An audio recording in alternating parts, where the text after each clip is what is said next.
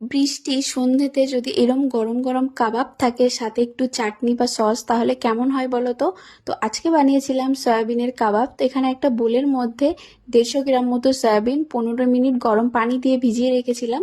তারপর হাত দিয়ে ভালো করে চেপে চেপে সয়াবিনের পানিটা বের করে নিয়ে একটা মিক্সি জারের মধ্যে দিয়ে দিয়েছি 2 টুকরো আদা, 2টো কাঁচা লঙ্কা, 3-4 কোয়া মতো রসুন দিয়ে একটা স্মুথ পেস্ট বানিয়ে নিয়েছি। সয়াবিনের পেস্টটা একটা বোলের মধ্যে ঢেলে নিয়েছি। দিয়ে দিচ্ছি চপ করে নেওয়া পেঁয়াজ, কাঁচা লঙ্কা কুচি, পরিমাণ মতো লবণ, হলুদ, কাশ্মীরি লঙ্কার গুঁড়ো, ভাজা জিরে গুঁড়ো, ধনিয়া গুঁড়ো, দিয়ে দিচ্ছি 2 চামচ মতো বেসন, ধনেপাতা কুচি আর 1 চামচ ঘি। ঘিয়ের পরিবর্তে তোমরা চাইলে এখানে বাটার বা সাদা তেল ইউজ করতে পারো।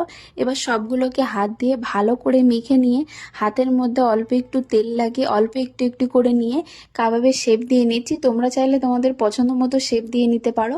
আমার এখানে সবগুলো কাবাব রেডি। এখন একটা ফ্রাইং প্যানের মধ্যে বেশ কিছুটা সাদা তেল গরম করে একটা একটা করে কাবাব দিয়ে একদম লো ফ্লেমে একটা পিঠ ভালো মতো ভাজা হয়ে গেলে উল্টে দিয়েছি। 2 পিঠ ভালো করে ভাজা হয়ে গেলে নামিয়ে নিয়েছি। গরম গরম এই সয়াবিনের কাবাবটা খেতে কিন্তু ভীষণই ভালো হয়। এই কাবাবটা কে কে ট্রাই করেছে অবশ্যই কমেন্ট করে জানিও।